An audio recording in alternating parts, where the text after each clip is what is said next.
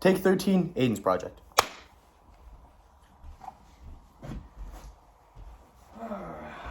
Alright, who am I here with today? Aiden Jensen. And, what will you be showing us today? Good old Girl Scout cookies. Alright. Nothing wrong with a Girl Scout Can't cookie. go wrong with Girl Scout can't cookie, go, Josh. Can't go wrong. Can't go wrong. Alright, can you give us a little background? Well, on some Girl Scouts cookies? Girl Scout cookies were being sold and produced as early as 1922, but they picked up their main production source, which is ABC Cookies, in 1937, and they brought in little brownie bakers on 1974. That's a tongue twister. Holy smokes. No kidding, man. Alright, yeah, no kidding. What are some notable ingredients in Girl Scout Well, cookies? so I'm going to be talking about the original Thin Mints, Okay. and the main ingredients in that are enriched wheat flour, sugar, vegetable oil shortening, cocoa, invert sugar, salt, baking soda, soy lecithin, and peppermint oil. Alright, that's a list right there. That is a list right there. Cool, Let me man. tell you, Josh. Do you know where these ingredients come from, or like where they're manufactured? Not really. They didn't give a whole lot of background on that on their website, so it was really hard to find that. But it'll only be assumed is they're naturally sourced. So, Might I see the box, Joshua? yes, sir, you can. How do these ingredients affect how the product's marketed? Well, the Girl Scout cookies that are made by the little brownie bakers are certified kosher dairy. Okay. So all their cookies except for the Thin Mints are kosher dairy. So, Okay.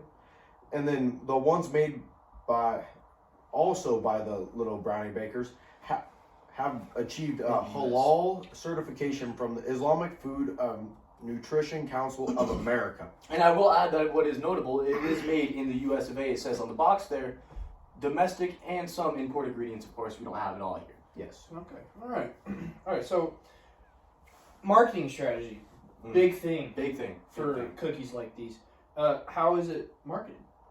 Well, it's mainly marketed by younger girls that are trying to learn good life skills in business. Like they're selling and getting used to talking to people and like putting themselves out there so that they are a functioning member of society. Okay.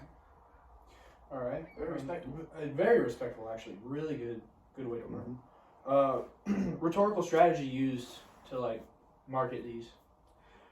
Well, they use pathos mainly because obviously little girls are selling cookies and people feel emotion towards that, and they feel that emotion, and they are they feel the sympathy for the young girls that are trying to sell these cookies to be parts of our Absolutely. society.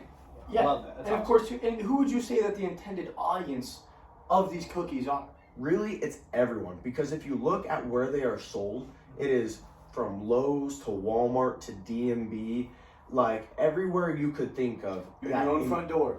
Even they actually in the beginning they were going door to door to every house when they were doing it, and I can't remember exactly how much, but it was 35 cents for a dozen cookies. Wow. Now, When they first started. don't mind if we backtrack a little bit. You did mention the rhetorical strategy, and how would you say that the rhetorical strategies used are able to convince the audience to buy the cookies?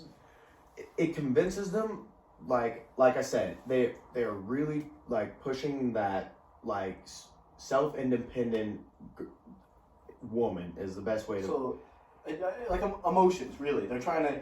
I mean, you can't say no to a little girl. Yeah, you're trying to pull on their heartstrings. You're really trying to pull that sympathy towards the person Absolutely. to get them to buy those cookies, because that whole thing they have the little girls come up to you, present you with the cookies.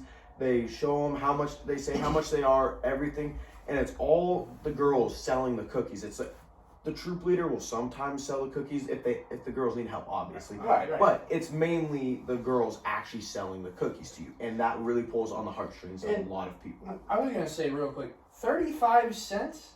That is a steal back in the day. I'm gonna tell you. Back in the day, Back in the day, that is nice. I wish we could get some cookies. You know what I mean? And they do run what, about $5 a box? $5 now for. And so I'm looking at this box, and as you can see, we do have all these different images on here.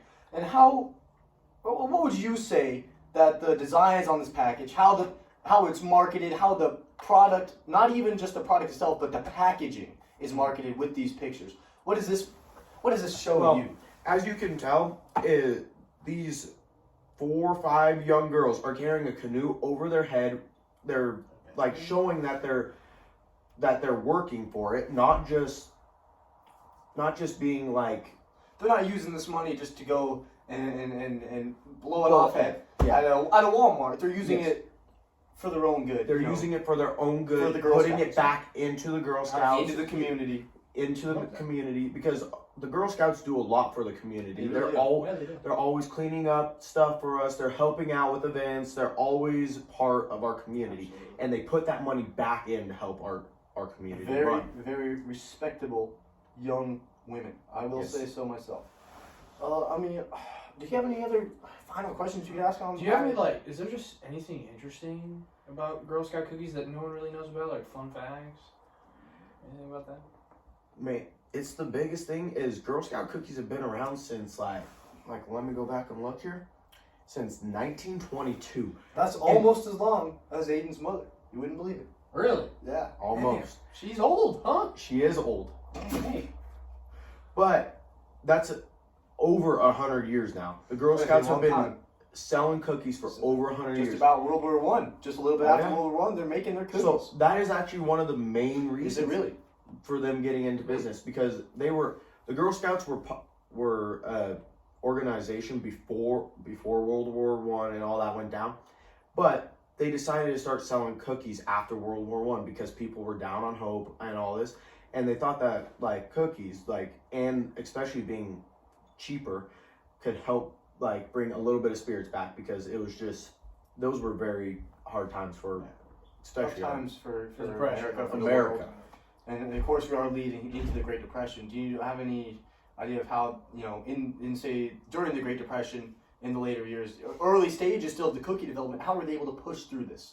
They were able to push through it because they're getting ingredients for super cheap, because it was Great Depression, and they were selling them for, like, I mean, it wasn't like back then that was like decent price, but like it wasn't like I mean, you could say outrageous. razor thin profit margins. They're really only making in just a little bit. Yes.